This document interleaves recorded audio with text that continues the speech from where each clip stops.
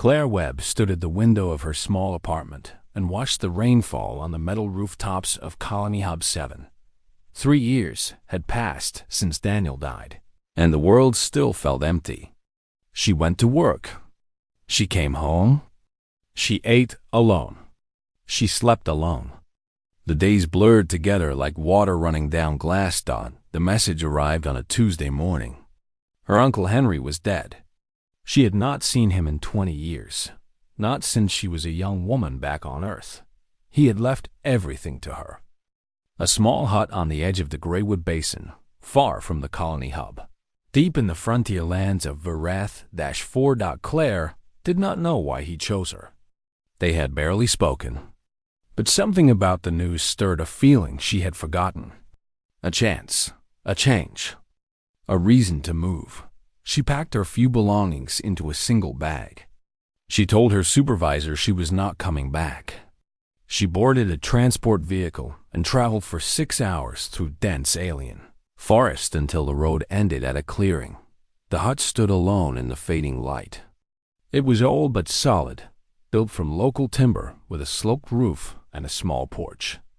Tall trees with silver bark surrounded it on all sides. The air smelled of moss and something sweet she could not name. Birds with too many wings called out from the branches above.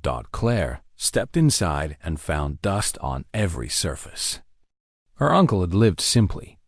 A bed, a table, a stove, shelves lined with books and strange objects he must have collected over the years. She set down her bag and looked around at her new home. It was quiet. So very quiet. She spent the first few hours cleaning. She swept the floors and wiped the windows and opened the shutters to let fresh air inside. The work felt good. It kept her hands busy and her mind still. As the sun began to set, she heard footsteps outside. She went to the door and found 3 figures standing at the edge of the clearing. They were Kalori, the native species of Verath-4. They stood taller than humans, with scaled skin the color of dark bronze and large eyes that caught the last light of day. They wore simple robes and carried curved blades at their sides. The oldest among them stepped forward. His scales had faded to gray with age, and he walked with the slow care of someone who had seen many seasons pass. "You are Denise," he said. His voice was deep and rough, like stones grinding together. "I am," Claire replied. "My name is Claire Webb. I am Vorath, elder of the village beyond the ridge." He studied her with those large, unblinking eyes. "Your uncle was warned many times." He did not listen. Claire frowned. "Warned about what?" Vorath glanced at the hut behind her. "He dug too deep. Some sleepers should not be woken. I do not understand." "You will." Vorath turned and began to walk away. The other 2 Kalori followed. "Be careful, human. This place holds old secrets. Not all of them are kind." Claire watched them disappear into the trees. She stood on the porch for a long moment, trying to make sense of his words. But the forest offered no answers, only the whisper of wind through silver leaves. She went back inside and locked the door.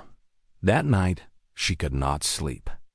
The bed was unfamiliar, and the sounds of the forest kept her awake. Strange calls and distant rustling. The creak of branches in the wind. And then she heard it. A low hum, so faint she almost missed it. It seemed to come from beneath her. From under the floor. Claire sat up in bed and listened. The hum continued, steady and soft, like a machine running somewhere deep below. She told herself it was nothing. Old pipes. The settling of the foundation. But the sound did not stop. She got out of bed and lit a lamp. She walked slowly across the room, listening, trying to find the source. The hum grew louder as she approached the far corner of the hut. She knelt down and looked at the floor. The boards there were different, newer. The wood was lighter in color, and the nails were not as rusted as the others. Her uncle had replaced these boards recently. Claire went to his tools, and found a pry bar. She worked the edge under one of the boards and pulled. The wood came up with a groan. She pulled up another board and another until she had made a hole large enough to see through. Below was darkness, but not empty darkness. She could see a faint glow coming from somewhere deeper down, blue and soft, like starlight. She found a ladder leaning against the wall outside. She lowered it into the hole and climbed down. The cellar was larger than she expected. The walls were made of stone, old and rough. But as she moved deeper, the stone gave way to something else. Metal, smooth and dark, with patterns carved into its surface. The patterns were glowing. Claire walked forward in a daze. The humming was louder here, filling the air around her. The walls were covered in symbols she had never seen before. They pulsed with soft blue light, as if the metal itself was a live dot. At the far end of the chamber, she found a small shelf. On it was a journal, bound in leather, covered in dust. She picked it up and opened it. The handwriting was her uncle's. Day 1, the first entry read, "I found something beneath the hut. I do not know what it is, but I will find out." Claire turned the pages.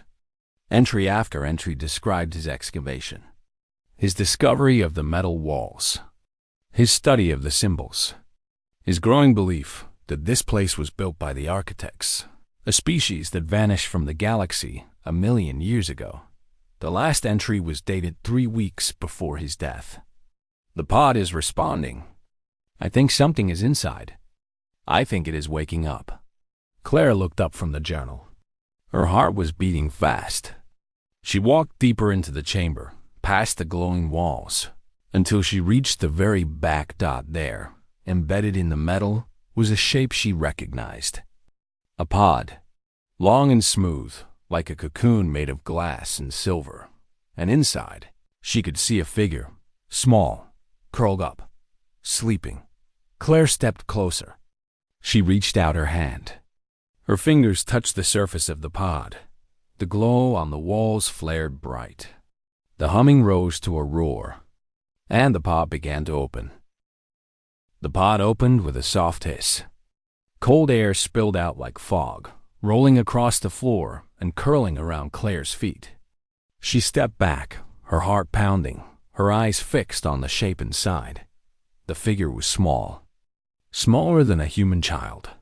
Its skin was pale and smooth, with a faint glow beneath the surface, like light trapped under ice. Its limbs were thin and delicate. Its head was round, with large dark eyes that remained closed. It looked fragile. It looked ancient. It looked like nothing Claire had ever seen before. For a long moment, nothing happened. The creature did not move. Claire wondered if it was dead, if the long sleep had taken too much from it. Then its eyes opened. They were dark and deep, like pools of black water. They found Claire and held her. She felt something then, a gentle touch inside her mind, like fingers brushing against her thoughts. Fear, confusion, cold. The creature was reaching out to her.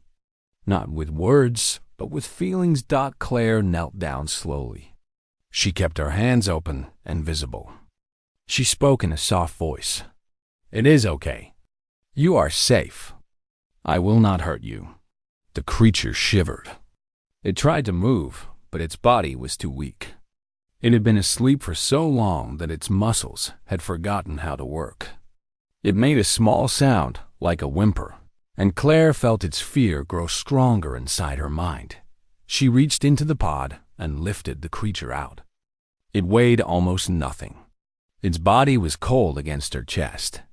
She held it gently, the way she might hold a newborn, and carried it back through the chamber, up the ladder, and into the warmth of the hut. She wrapped it in blankets. She sat by the stove and held it close. She did not know what it needed. She did not know what it ate. But she knew it was afraid and alone, and those were things she understood. The creature looked up at her with those dark eyes. Claire felt another wave of emotion wash through her. Gratitude, wonder, trust. "I will call you Iris," Claire said softly. "Is that okay?" The creature did not answer in words, but Claire felt a warmth bloom in her chest, and she knew that Iris understood. Through the night, Claire stayed awake. She fed Iris small sips of water. She spoke to it in quiet tones, telling it about herself, about Daniel, about the long and lonely years since his death. Iris listened, not to the words, but to the feelings behind them. And Claire felt, for the first time in years, that someone truly heard her. When morning came, Claire read more of her uncle's journal. The entries told a story of wonder and obsession. Henry had believed that the architects were real, that they had built this chamber and left his child behind. He had studied the symbols on the walls for years, trying to understand their meaning, but he had never been able to read them. "The pod responds to touch," one entry said, "but it will not open for me. Perhaps it waits for someone else. Perhaps it chooses who may enter." Claire looked at Iris, still wrapped in blankets, still weak but growing stronger. The pod had opened for her. The symbols had glowed when she touched them. She did not know why, but somehow this place had accepted her. She spent the day caring for Iris. She found soft foods in her, supplies, and fed them to the creature in small bites. She kept the fire burning and the blankets warm. Iris watched her with those deep eyes, and Claire felt their bond growing with each passing hour. By evening, Iris was strong enough to sit up on its own. It touched Claire's hand with thin fingers, and suddenly images flooded her mind. A world of light and glass. Tall beings with glowing skin. A sky filled with colors she had no names for. And then darkness. Fire. Running. Screaming. Two figures, larger than Iris, placing the child into the pod. Their faces were full of love and grief. They pressed their hands against the glass and spoke words Claire could not hear. Then the pod closed. And the world ended.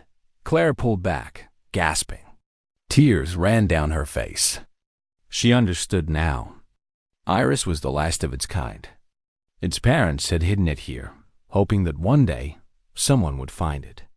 Someone who would keep it safe. "I am so sorry," Claire whispered. "I am so sorry for what you lost." Iris leaned against her, and Claire felt its grief and its hope mixed together inside her heart.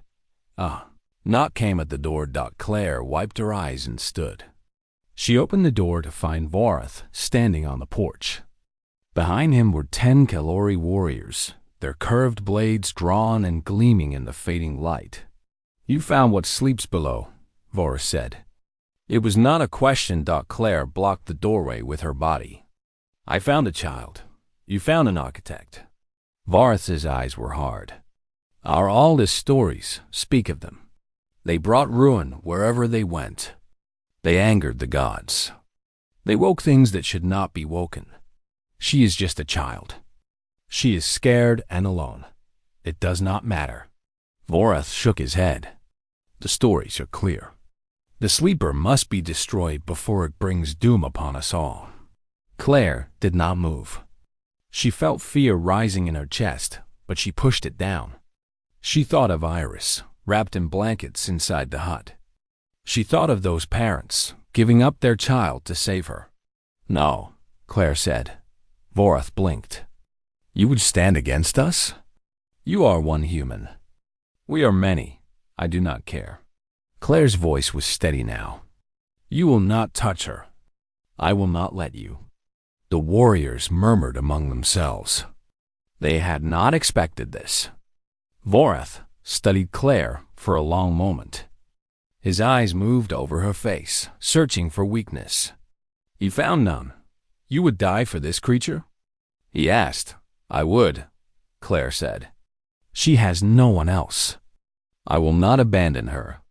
The forest was silent. The wind had stopped. Even the birds had gone quiet.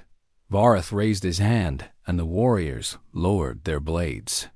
His expression was strange, caught between anger and something like respect. 3 days, he said at last. You have 3 days to prove this creature is not a threat. If you cannot, we will return. And we will do what must be done. He turned and walked into the trees. The warriors followed. Claire watched them go, her hands shaking, her heart racing. She closed the door and leaned against it. Iris was watching her from across the room, those dark eyes full of questions. We have 3 days, Claire said. We need to find answers. Iris reached out and touched Claire's hand again. And this time, the symbols on the walls below began to glow brighter than ever before. The first day passed slowly. Claire stayed close to Iris, feeding her and keeping her warm. The little creature grew stronger with each hour.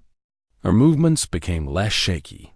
Her glow grew brighter, and the bond between them deepened until Claire could feel Iris in her mind like a second heartbeat. Claire tried to explain the danger they faced. She did not use words alone. She let her emotions flow through their link, showing Iris the calorie, the fear in their eyes, the blades at their sides. Iris understood. Her dark eyes filled with sadness. They think you are dangerous, Claire said. They think you will bring harm. Iris sent back a feeling of confusion. She did not understand why anyone would fear her. She was small. She was weak. She only wanted to be safe. Claire held her close. We will show them the truth. We will find a way. On the second day, Claire went back down into the chamber. Iris came with her, riding in a sling Claire had made from an old blanket. The symbols on the walls glowed brighter when Iris was near. They pulsed and flickered, as if responding to her presence. Claire walked along the walls, studying the symbols. They meant nothing to her. Strange shapes and lines, carved into metal that was older than human history. Her uncle had spent 15 years trying to read them. She had 2 days.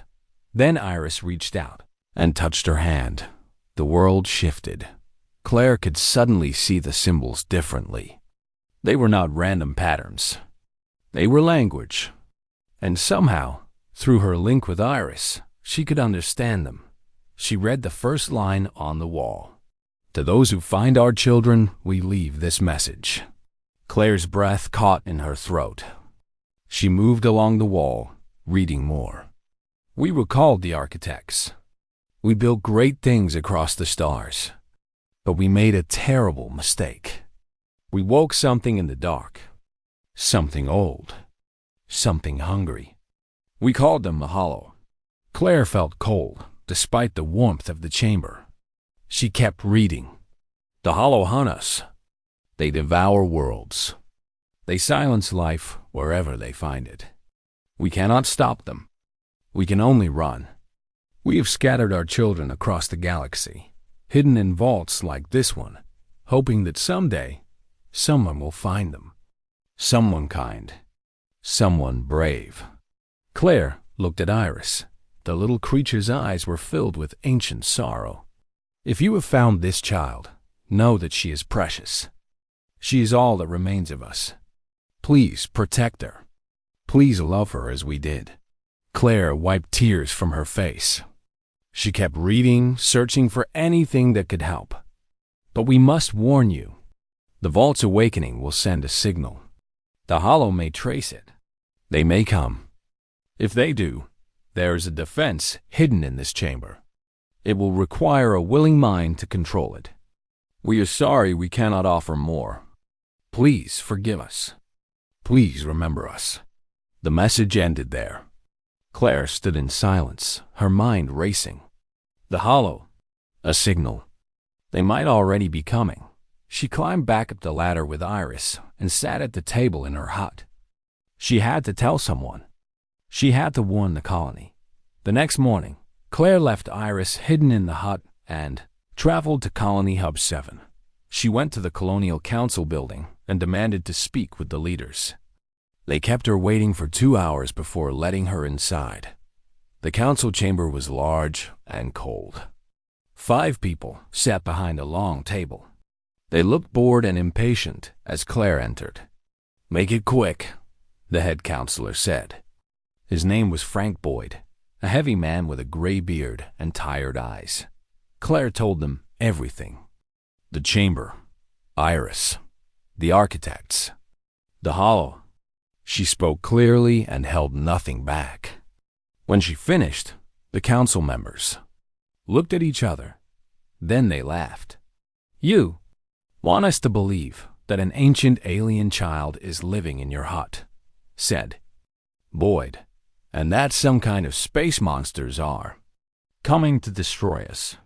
I know how it sounds, Claire said, but I am telling the truth. We need to prepare. We need defenses. The hollow are a myth, said another counselor, a thin woman named Patricia Lane. A story that frontier settlers tell to scare each other. We have real problems to deal with. We do not have time for fairy tales. Claire clenched her fists. If I am wrong, you lose nothing. If I am right and you do nothing, we all die. Boyd waved his hand. Thank you for your concern. We will look into it. Now please leave. Claire walked out of the chamber with her heart full of anger. They did not believe her. They would not help. She was alone, no, not alone.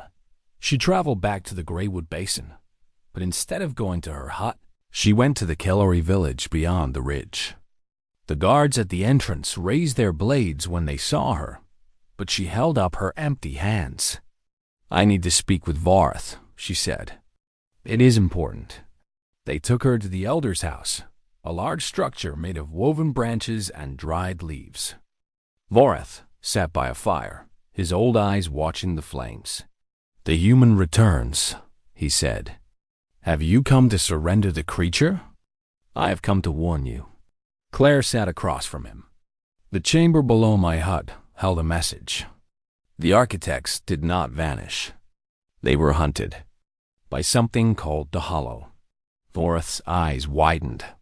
His scales seemed to pale. You know that name, Claire said. It is in our oldest songs. Vorath's voice was quiet now.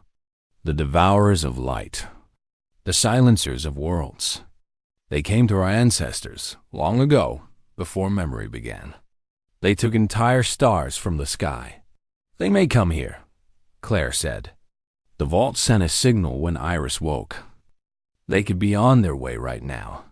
Vorath stared at her for a long moment. Then he stood and walked to the wall of his house.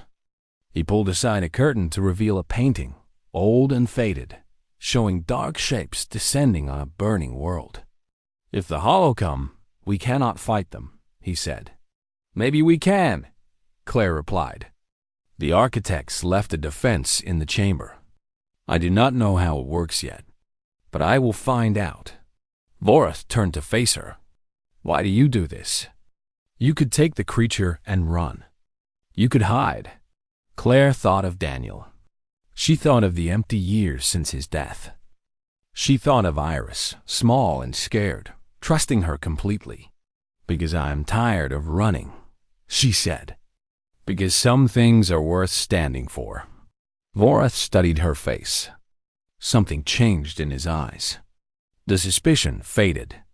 In its place was something like respect. My people have feared humans since you came to our world, he said. You are strange. You are loud. You break things. He paused. But you also protect things, even when it costs you everything. He held out his hand. Claire took it. We will stand with you, Vorath said. Human and Kellori together.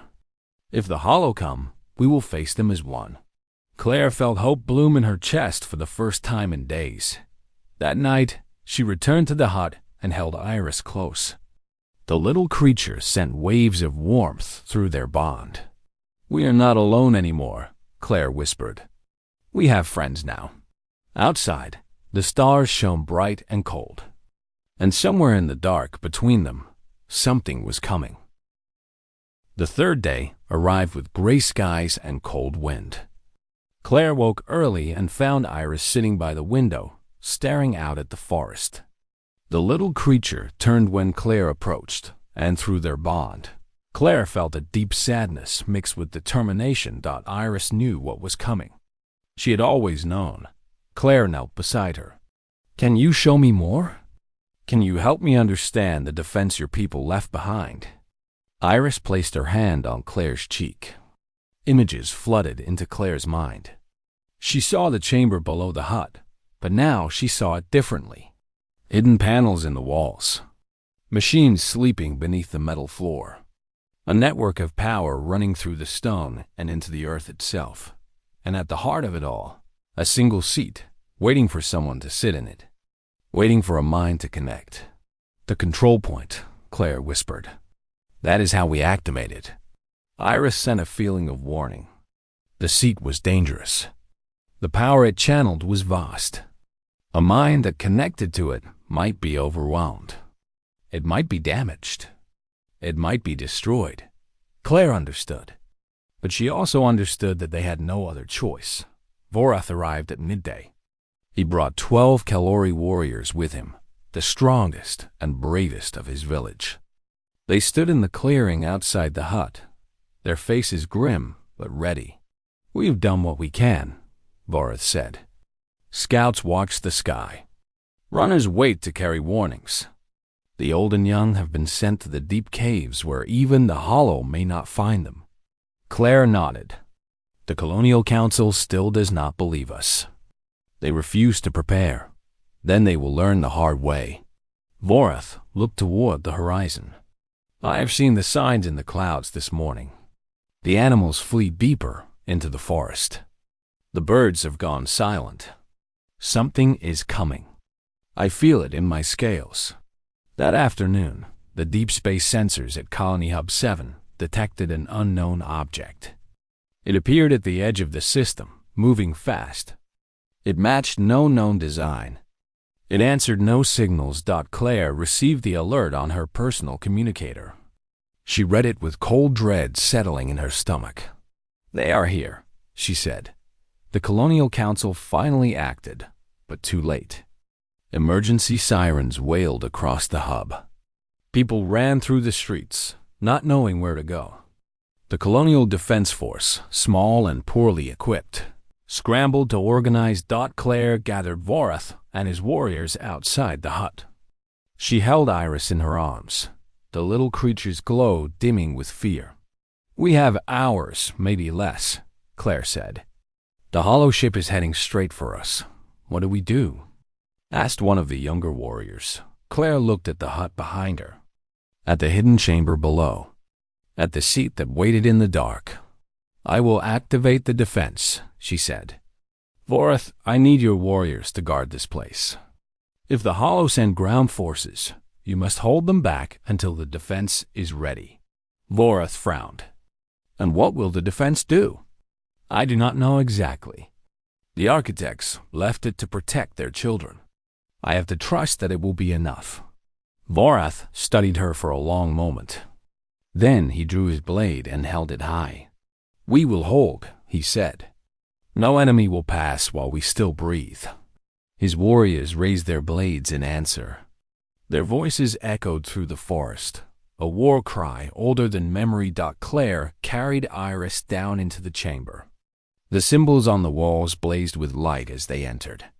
The machines beneath the floor hummed louder, waking from their long sleep. Claire found the hidden seat. It was made of the same dark metal as the walls, shaped to hold a human-sized body. Cables and tubes ran from its back into the floor and walls. She set Iris down gently. "I have to do this. You understand?" Iris sent a wave of fear and love through their bond. She grabbed Claire's hand and did not want to let go. "I will come back," Claire said. "I promise." She sat in the seat. Nothing happened at first. Then the cables moved. They attached to her arms, her legs, her neck. She felt a sharp sting as they connected to her skin, and then her mind exploded with light. She was everywhere at once. She could feel the chamber around her. She could feel the earth beneath the hut. She could feel the trees of the forest, the mountains beyond, the colony in the distance.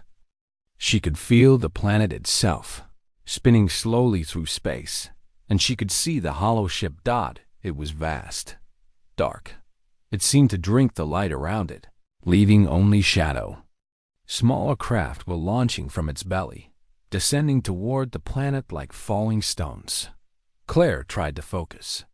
The power of the architect machine surged through her, waiting for her command.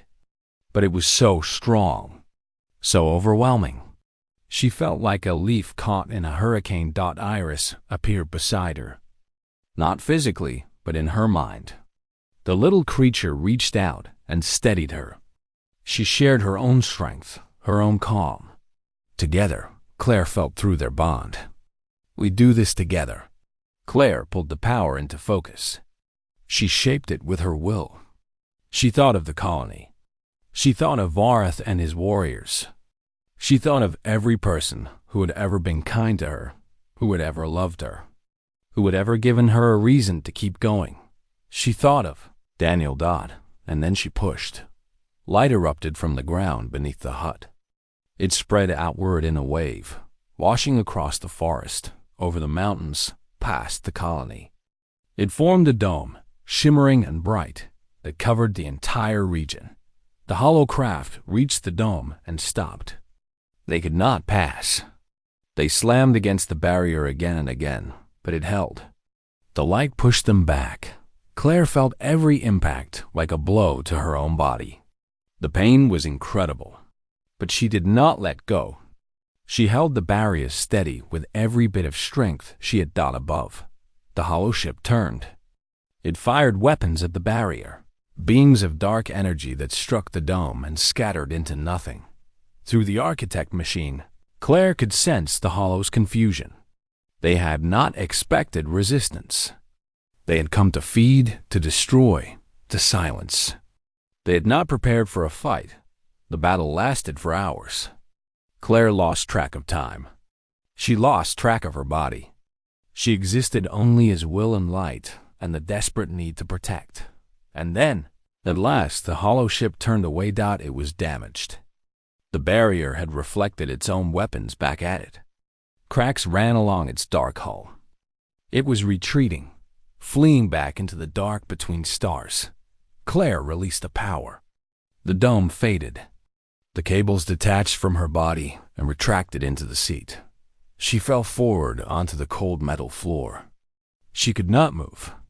She could barely breathe. Iris was beside her, tiny hands pressed against her cheek, sending waves of warmth and love. "We did it," Claire whispered. "We held."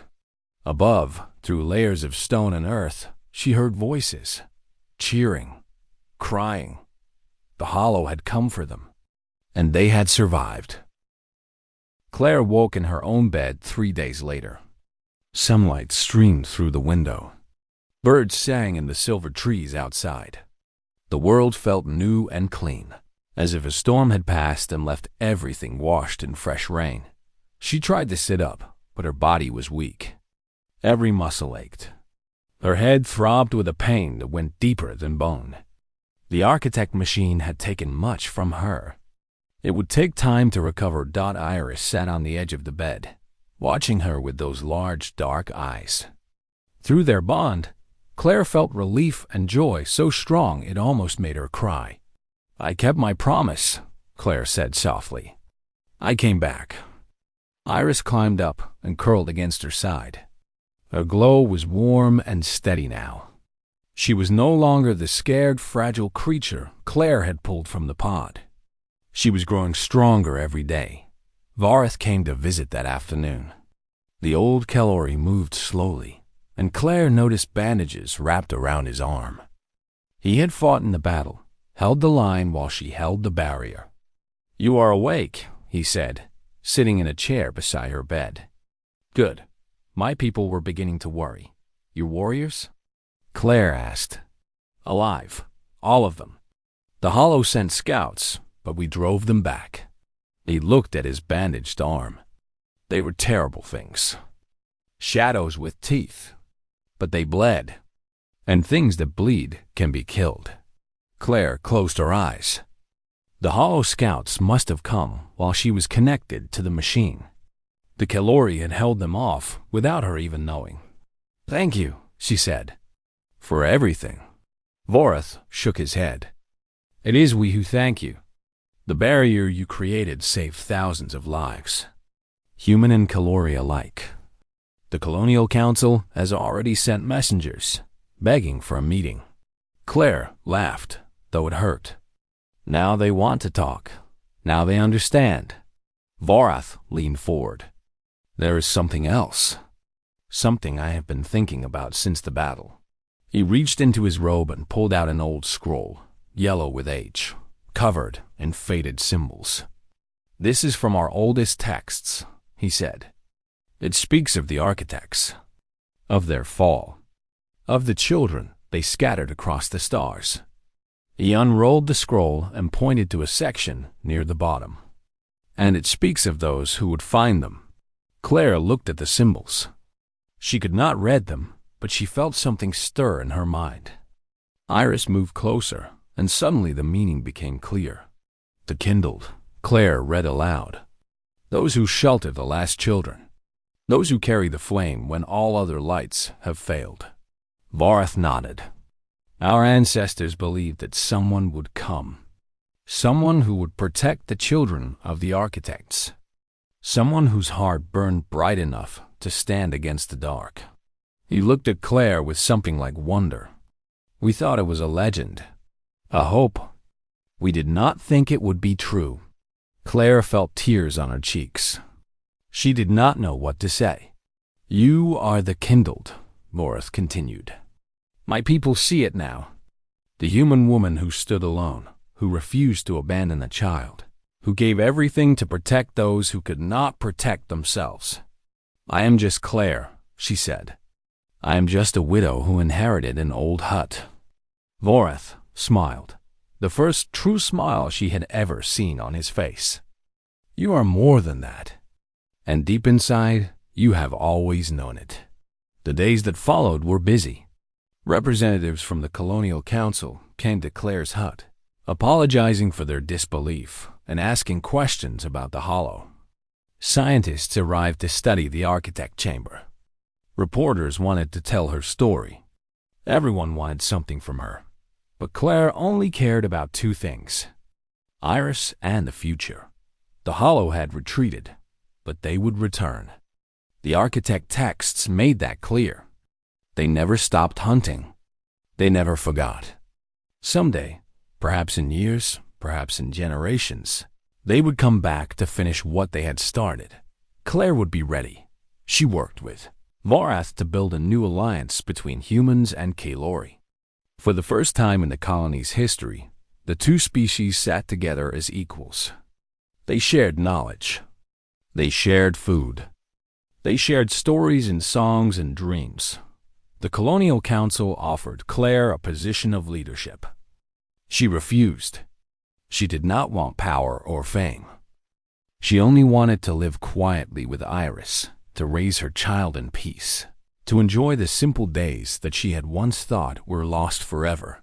But she agreed to train others, to teach them about the architect technology, to prepare the next generation to defend themselves when the time came.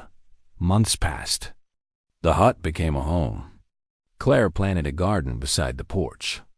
Iris learned to walk, then to run, then to play in the forest with the young Kalori from Vorath's village. The bond between mother and daughter grew stronger with each passing day. One evening, Claire sat on the porch with Iris beside her.